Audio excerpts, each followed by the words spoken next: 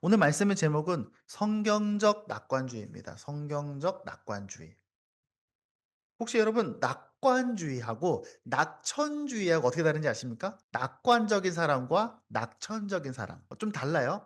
낙천은 태어날 때부터 긍정적인 사람이에요. 원래부터 기분이 좋아. 원래부터 신나. 원래부터 '아 잘 될 거야.'라고 말하는 사람이 낙천적인 사람이고요. 낙관주의는 즐거운 긍정적으로 관점 바라보는 사람이 낙관적인 사람입니다. 물론 이제 이 단어는 일상 속에서 좀 섞어서 많이 써요.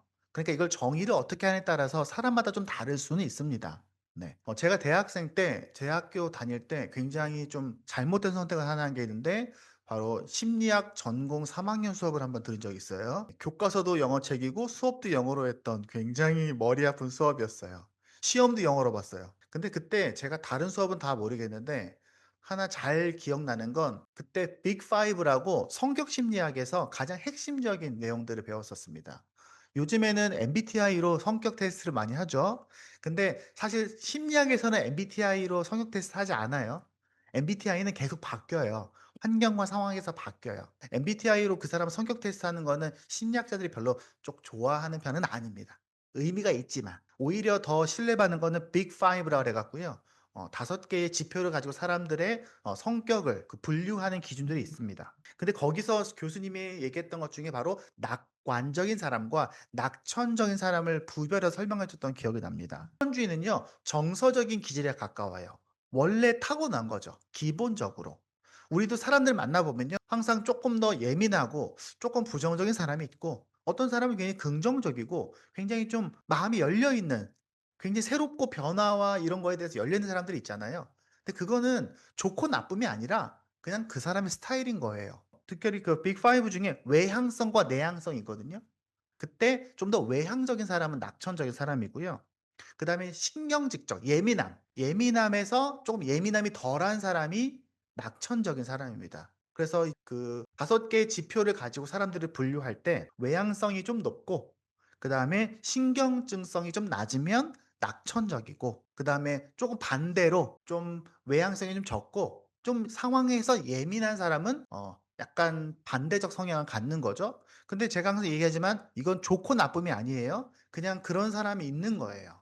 세상은 다양한 성격의 사람들이 다 필요해요. 다 필요한 성격들이에요. 그런 사람들이 함께 살면서 이 세상이 균형 있게 나아가는 겁니다. 모든 사람이 낙천적일 필요 없습니다. 그런데 낙관주의는 조금 달라요.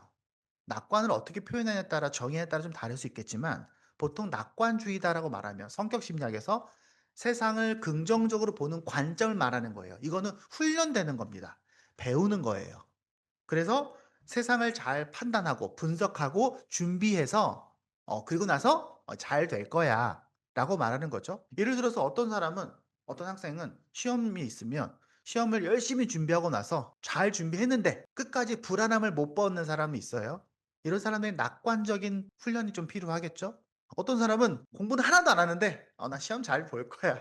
마음 편한 사람도 있어요. 이런 사람은 낙천주의일 수 있습니다. 그래서 낙천주의는 준비를 잘하느냐랑 상관은 없습니다. 그래서 좀 달라요. 근데 낙관적인 사람은요, 기분과 상관이 없어요. 내 감정과는 상관이 없이 상황을 차분하게 분석하고 준비한 다음에 자기 안에 있는 감정적인, 당연히 사람 부정적 감정이 들 수밖에 없거든요. 긴장하고 불안하고 답답할 수 있죠. 그것들을 잘 차분하게 내려놓는 사람들이 바로 낙관적인 사람이에요. 그래서 낙관적인 부분은 조금 배우고 우리가 좀 익혀갈 필요가 있습니다. 상황을 잘 파악하고 '잘 될 거야. 내가 잘 준비했으니까 좋은 쪽으로 가겠지.'라고 말하는 거죠. 오늘 성경에는요. 도저히 낙관적으로 보일 수 없는 상황이 나옵니다. 낙천적인 사람은 도 굉장히 쉽지 않을 수 있는 미래에 대한 모습이 나옵니다. 근데 제가 항상 얘기하지만 요한계시록은 미래에 대한 내용처럼 보이지만 미래에 대한 내용은 아니에요. 근데 이제 오늘 본문에 보면요. 이 안에서 어떻게 우리가 성경적으로 낙관적인 사람이 될 수 있을까? 그 얘기를 성경 말씀 안에서 발견할 수 있습니다. 오늘 본문 한번 살펴보겠습니다. 제가 전에 그 동그란 그림으로 보여줬던 것처럼 성경에는요. 봉인을 떼거나 대접을 쏟거나 나팔을 불거나 하는 방식으로 여러 가지 모습의 그 재앙, 하나님의 심판에 대한 이미지들이 나옵니다. 그중에 하나가 봉인을 떼는 거예요. 봉인 떼는 건 가장 그래도 좀 순한 방식의 심판 이미지입니다. 읽어 볼게요. 그 어린 양이 누굽니까? 예수님이. 이 지금 요한이 환상을 꿈꾸고 있는 거예요. 환상을 보고 있는데 여섯째 봉인을 뗄 때에 제가 전에 기억나시죠? 첫 번째 봉인, 두 번째 봉인, 세 번째 봉인, 네 번째 봉인 뗄 때에 네 마리의 말이 나오잖아요. 근데 여섯 번째 떼면은 큰 지진이 일어난 걸 보았습니다. 그리고 태양은 검은 머리카락으로 짠 천과 같이 검게 되었습니다. 이 사람의 표현인 거예요. 그리고 달은 붉 붉게 온통 피와 같이 되었습니다. 그래서 우리 성경의 그 문학책에 보면요. 붉은 달에 대한 이미지들이 되게 많아요. 이거 다 여기서 가지고 온 이미지들입니다. 그리고 하늘의 별들은 무화과 나무가 거센 바람에 흔들려서 설익은 열매가 떨어지시 다 익지 않았는데 무화과 나무 그 열매가 안 익었는데 바람이 너무 세서 투둑투둑 떨어지는 것처럼 하늘에 떨어졌습니다. 이 별이 정 떨어진 건 아니겠죠? 별은 떨어지지 않아요. 하늘에 있는 별들은 누가 이렇게 박아 넣은 별들이 아니라 다 태양 같은 항성들입니다. 그러니까 태양이 이렇게 떨어지는 일은 없어요. 네. 근데 이제 옛날 사람들은 요한의 시대 사람들은 별이 하늘에 이렇게 이렇게 떨어져 있는 멀리 있는 항성이라고 생각하지 않고 어떤 사람들은 이제 검은 하늘에 둥둥둥 떠 있는 뭐 그런 거라고 생각했기 때문에 이렇게 표현한 거예요. 네. 하늘에 있는 별이 떨어지면 아마 거의 뭐 어마어마한 수백 광년, 수천 광년을 이동해야 떨어지는 것처럼 보이겠죠? 하늘은 두루마리가 말린 듯이 사라지고 하늘이 사라졌대요. 무슨 말인지 모르겠어요. 하늘이 사라졌다는 게. 그런 느낌인 거겠죠. 산과 섬은 옮겨졌습니다. 그러니까 산과 섬이 막 흔들려서 막 여기로 가고 저기로 가고 난리가 났다고 느끼는 겁니다. 이거는 이렇게 어떤 명확하게 이미지로 그리긴 어렵습니다. 그러자 땅의 왕들과 고관들, 장군들과 부자들, 세도 다 여기 사람 세상에서 권력 있는 사람들이에요. 힘 있고 돈 있고 권력 있는 사람들, 그다음에 노예와 자유인들, 다양한 사람들이 동굴과 산 바위들 틈에 숨습니다. 이 난리가 났으니까. 그리고 산과 바위를 향해서 이렇게 부탁을 해요. 우리 위에 무너져 내려서 보좌 위에 앉으신 분의 얼굴과 어린 양의 진노로부터 우리를 숨겨다오. 산하고 바위들한테 야, 다 무너져 내려서 자기가 그 틈에 살짝 숨어 갖고 이것도 무서운 건데 그거보다 뭐가 더 무섭다는 거예요. 하나님의 얼굴이 더 무서운 거예요. 어린 양의 진노가 더 무서운 거예요. 그러고서 이렇게 말하는 겁니다. "야, 이걸 누가 버티겠어?" 라고 하면서 무서워하는 장면이 나오는 겁니다. 이게 무슨 말인지 모르겠죠? 당연히 모르겠어요. 저도 이거 처음 봤을 때 무슨 말인지 잘 몰랐어요. 근데 제가 항상 얘기하는 것처럼 이건 미래에 대한 어떤 "이래 이런 일이 있을 거야."라고 말하는 책이 아니에요. 어디 가서 누가 그렇게 설교하면 잘 모르셔서 그래요. 사실은 요한계시록은 그렇게 읽는 책이 아니에요. 요한계시록은 우리가 이 세상을 바라보는 관점을 알려주는 거예요. 이 세상을 어떻게 바라봐야 될지, 내 인생을 어떻게 바라봐야 될지를 보여주는 책이에요. 예를 들면 제가 군대에 있을 때 적외선 카메라를 써본 적이 있어요.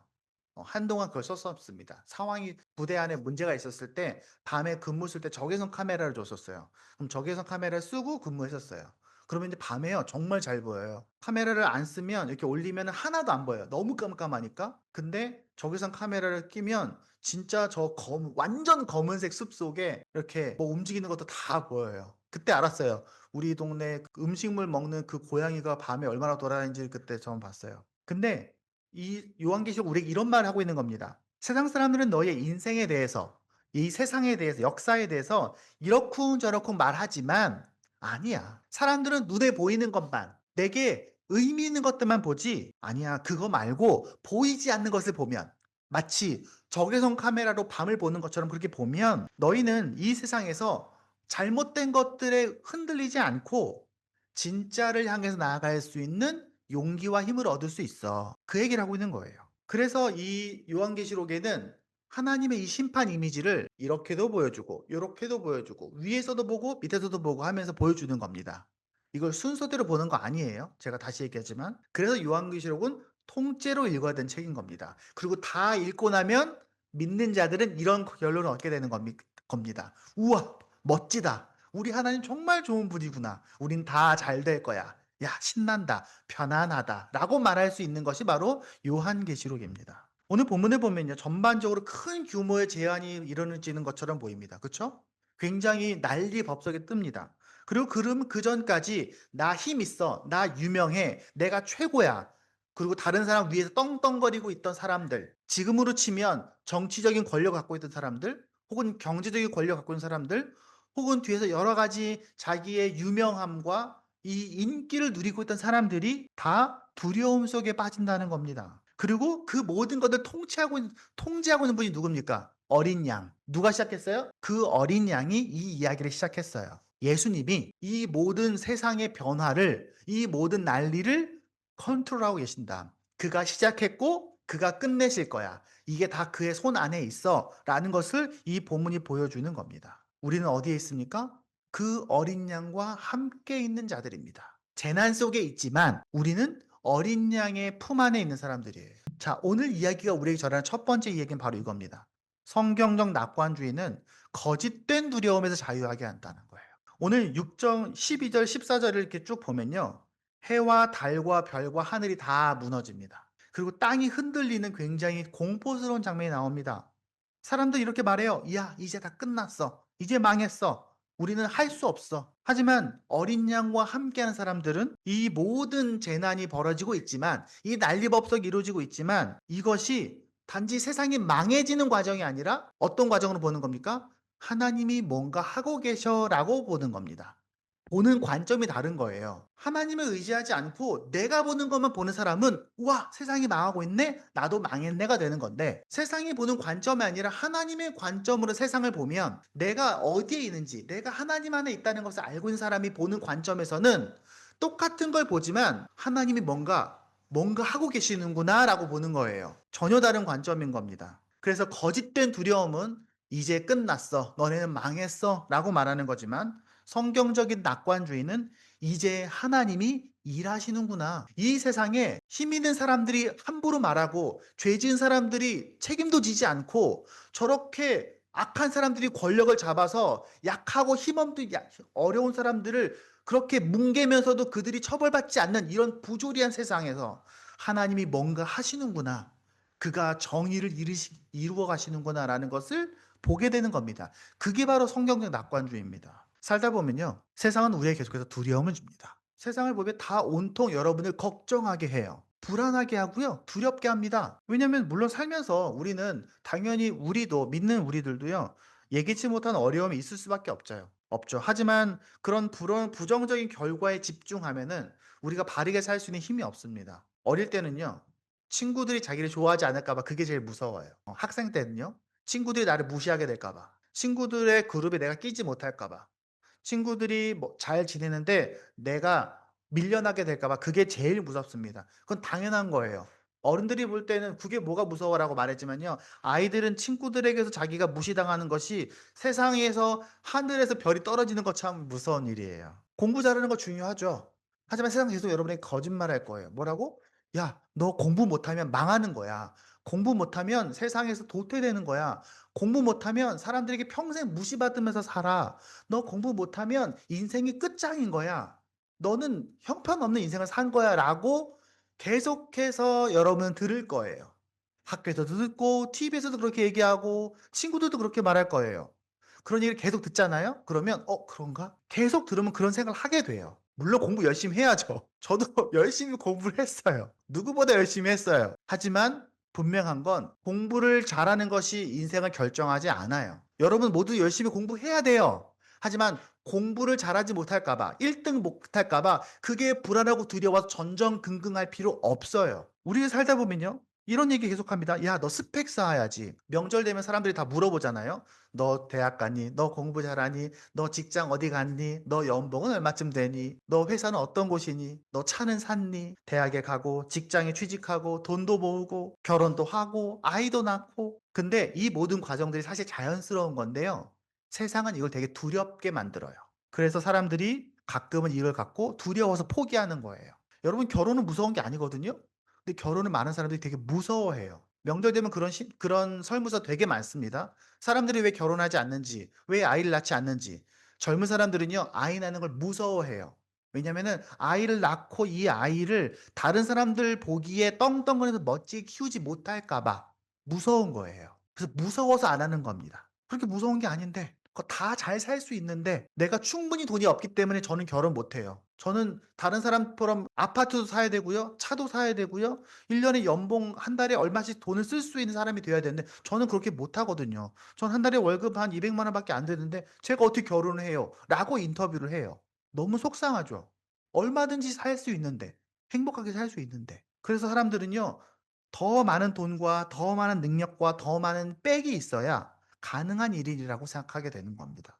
하지만 성경 우리에게 말해요. 아니야. 인생은 언제나 당연하게도 이런 재난의 연속이에요. 우리가 아까 읽었던 것처럼 이런 일들이 우리 삶에서는 크고 작게 계속 일어나요. 지금 그걸 보여주는 겁니다. 하지만 거기서 우리는 우리를 지키시고 우리로 하여금 끝까지 우리와 함께 하시는 그 하나님을 믿는 거예요. 그 믿음으로 이렇게 말하는 겁니다. 그래, 두려워. 두렵지만, 걱정되지만, 불안하기도 하지만 결국 하나님은 나와 함께 하실 거야. 그러니까 내가 이 세상 속에서 열심히 살면, 내가 부끄럽지 않게 나쁜 짓 하지 않고 하나님과 함께 계속 살아가면 하나님은 분명히 나의 삶 속에서 기쁨을 누리고 행복과 감사와 희망을 누리며 살 수 있게 하실 거야. 라는 마음을 갖게 되는 거예요.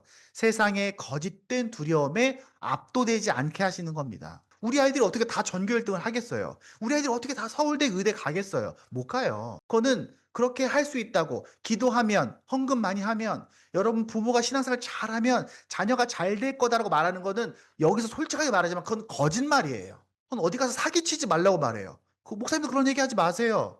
우리 아이들이 그렇게 인생 사는 것이 전부가 아니에요. 열심히 살아야죠. 우리 아이들도 열심히 미래를 향해서 나아가야죠. 꿈을 꾸고. 하지만 내가 어떤 미래를 만나든지, 여러분은 어떠한 변화가 있든지 절대로 두려워할 필요 없어요. 여러분은 그곳에서도 최고의 인생을 살 수 있어요. 내가 어떤 미래를 만나더라도. 믿는 자의 인생의 목표는요, 세상 사람들처럼 즐기고 즐겁게 편안하게 사는 것이 아니라 이 세상에서 하나님의 나라를 만들어 가고 사람들을 사랑하고 의미를 만들어 가서 정말 가치 있는 인생을 살아가는 것.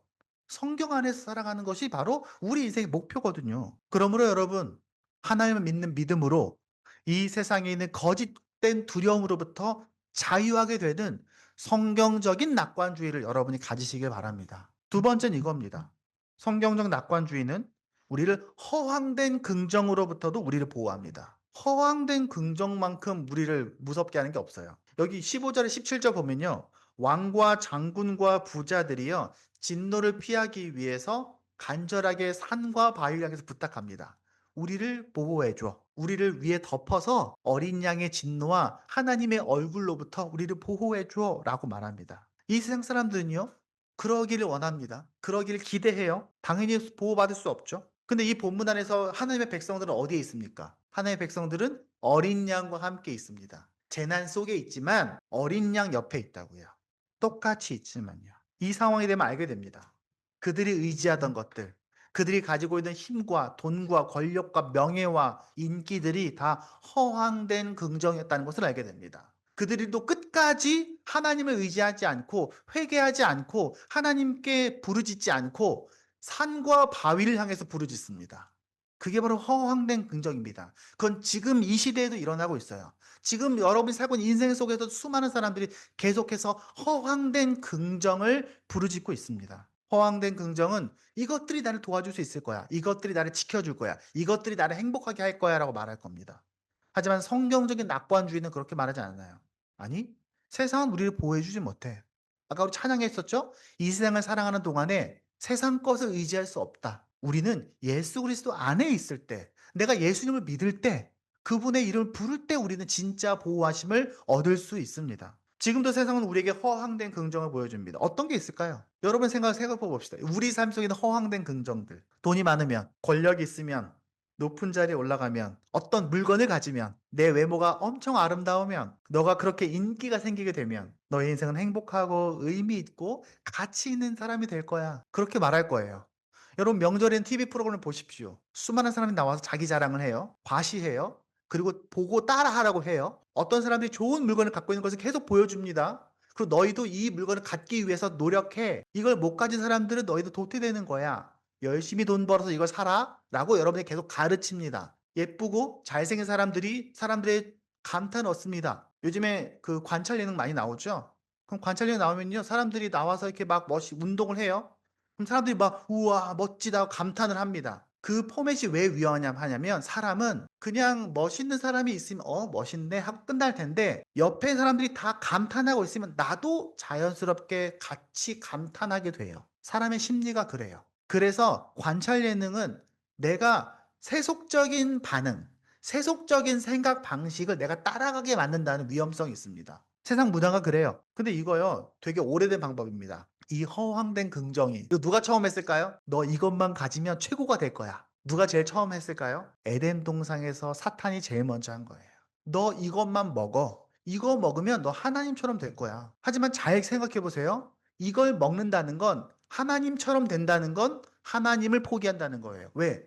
하나님 분명히 말했거든요. "너 이거 먹지 말라고. 너 이거 먹으면 나랑 끝이야."라고 분명히 말하셨는데 사탄이 거짓말하는 겁니다. "너 이것만 먹으면 하나님처럼 될 거야. 하나님 없이도 너 잘 될 거야."라고 보여주는 겁니다. 그게 바로 허황된 긍정입니다. 오랫동안 좀 부끄럽지만 한국 교회는 이 무조건적인 낙천주의로 우리를 가르칠 때가 있었습니다. 기도하면, 예배 잘 드리면, 신앙생활 종교적인 행동들 잘하면 무조건 잘 될 거야.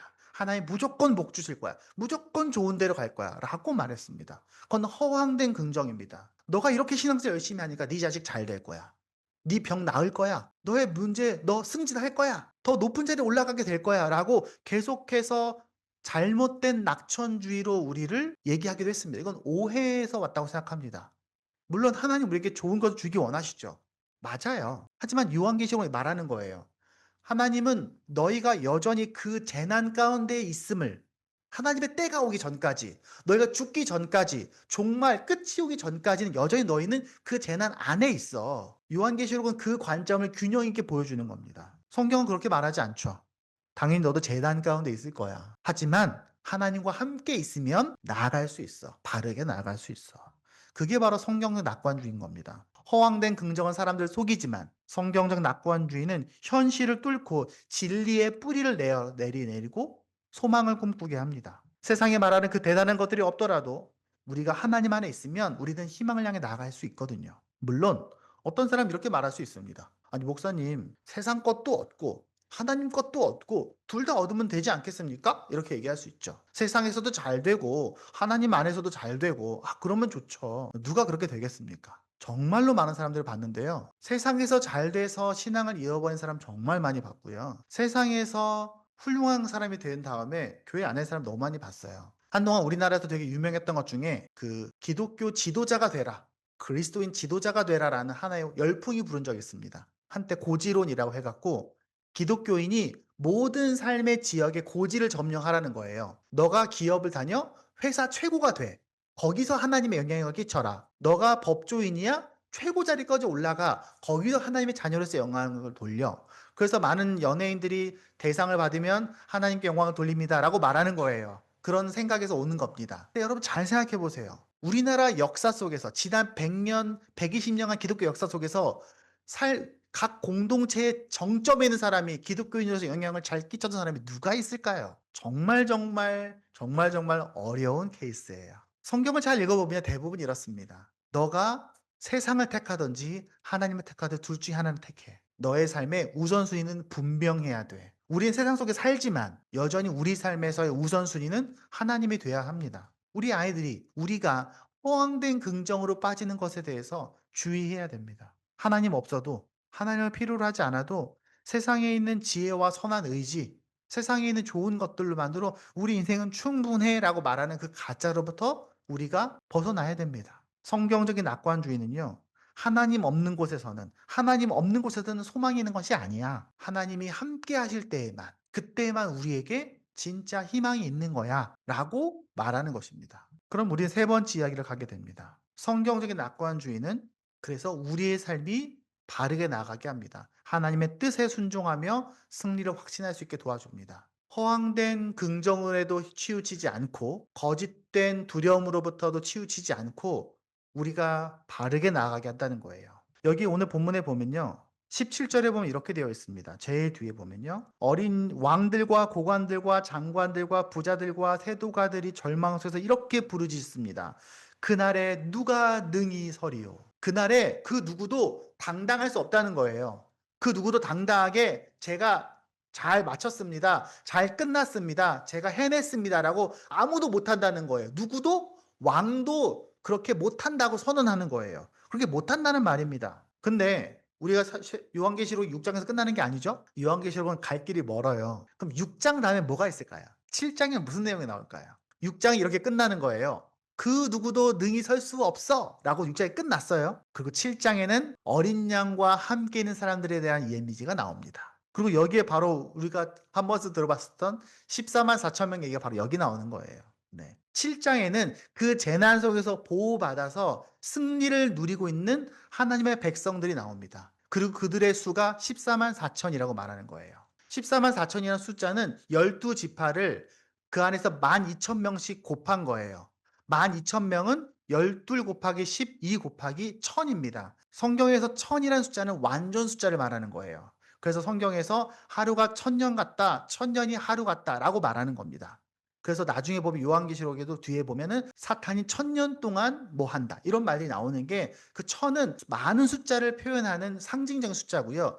12은 앞에서 봤던 것처럼 12장로, 12지파, 12제자라는 것처럼 하나님의 제자들의 백성들의 수를 의미하는 겁니다. 그래서 12 곱하기 12 곱하기 1000에서 14만 4천인 거예요. 이거는 상징적인 숫자입니다. 너무나도 당연한 것처럼. 왜? 우리가 바울합의 6장에서 하늘의 별이 떨어지는 것이 상징이잖아요. 하늘이 두루마리 접히는 것이 상징이잖아요. 당연히 14만 4천도 상징이죠. 14만 4천만 숫자로 보는 거는 성경을, 아니 사실은 국어 문제인 거예요. 그러면 14만 4천이란 이 숫자는 결국 뭘 얘기하는 거냐? 이 재난 속에서 어린 양과 함께 있었기 때문에 이 재난 속에서도 희망을 품고 바르게 살아서 결국 승리한 사람들의 모습을 보여주는 겁니다. 그리고 7장 이렇게 써 있습니다. 이 사람들은 큰 환난을 겪어낸 사람들입니다.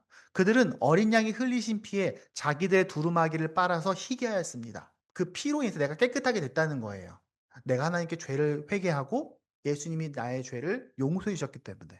그러므로 그들은 하나님의 보좌 앞에 있고 하나님의 성전에서 밤낮 그분을 섬기고 있습니다. 그리고 그 보좌 앞에 있는 분이 그들을 덮는 장막이 되어 주실 겁니다. 그들은 다시는 줄이지도 않고 목마르지도 않고 해나 그 밖에 어떠한 열도 그들 위에 괴롭게 내려쬐지 않을 겁니다.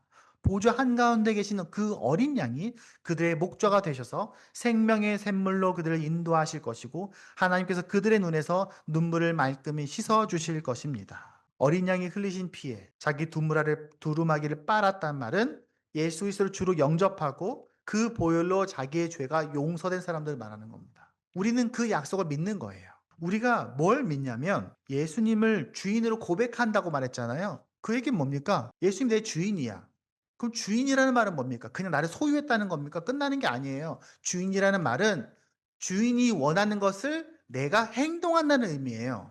그렇잖아요. 내가 소유물이라고 말하지 않고 내가 주님의 종이다라고 말하는 거, 그런 의미입니다. 다시 한번 우리가 이 땅에 살면서 우리 주인 예수님의 생각, 그분의 가치, 그분의 뜻, 그분의 마음을 따라서 산다는 걸 의미하는 겁니다. 그러니까 우리는 이런 믿음이 있는 겁니다. 내가 이 땅에 살면서 하나님의 자녀로서 예수님을 주님이라고 고백하는 사람으로서 하나님의 뜻을 따라 살면 우리는 삶에서 당연히 어려움을 겪게 되겠지만, 만나게 되겠지만 반드시 이길 거야. 그게 바로 성경적 주의인 겁니다. 그러니까 우리는 살면서 낙관주의적인 관점을 가질 수 있는 거예요. 그리스도인이라면.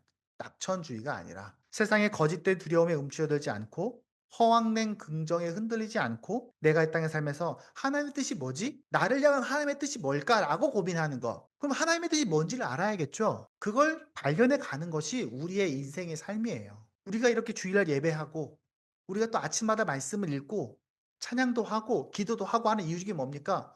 내가 하나님의 뜻이 뭘까? 나를 향한 하나님의 마음이 뭘까? 그걸 발견하고 용기 있게 그걸 선택하는 거예요. 비록 그것이 내게 어려움을 줄 수도 있고 가끔은 유익해 보이지 않을 수도 있지만 그 바른 걸음 향해 계속 나아가게 될 때 우리는 반드시 이기게 된다는 겁니다.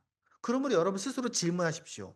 나는 성경적 주의를 갖고 있는가? 내가 이 말씀을 읽으면 나도 성경적 낙관주의로 살 수 있을까?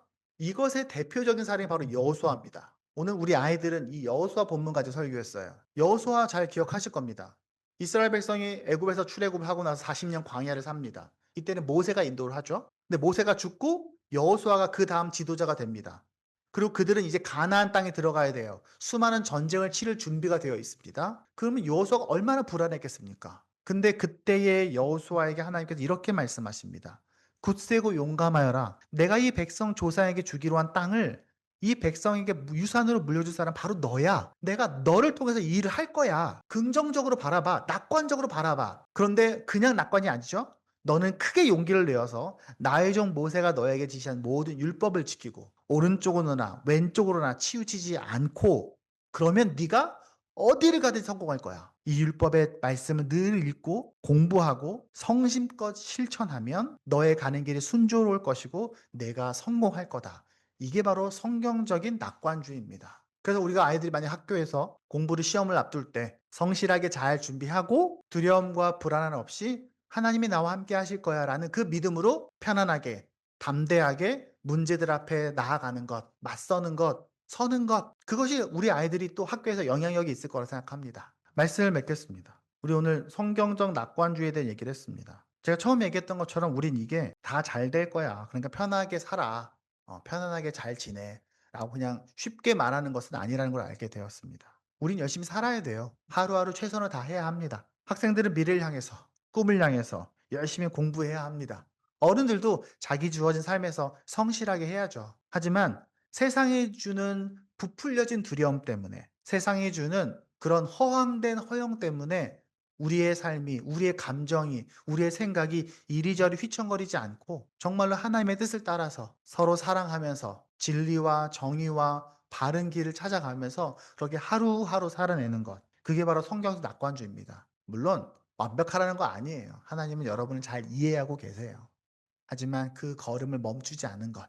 천천히 천천히 하루하루 하나님과 함께 나아가는 것. 그게 바로 말씀의 뿌리를 내린 그런 삶의 방식인 겁니다. 오늘 요한이 이 굉장히 무서워 보이는 이 말씀을 통해서 우리에게 보여주는 그 관점을 우리가 가지면 좋겠습니다. 그리고 우리가 이렇게 기도하면 좋겠어요. 하나님, 우리가 거짓된 두려움에서 자유하게 하시고 허황된 긍정을 버릴 수 있게 하시고 예수님의 그 십자가와 그 부활의 은혜를 마음에 품고 하나님을 향해서 하루하루 담대하게 용기 있게 평안함 가운데 계속해서 바른 삶을 걸어가기를 멈추지 않게 해 주십시오. 그렇게 기도하는 우리가 되면 좋겠습니다.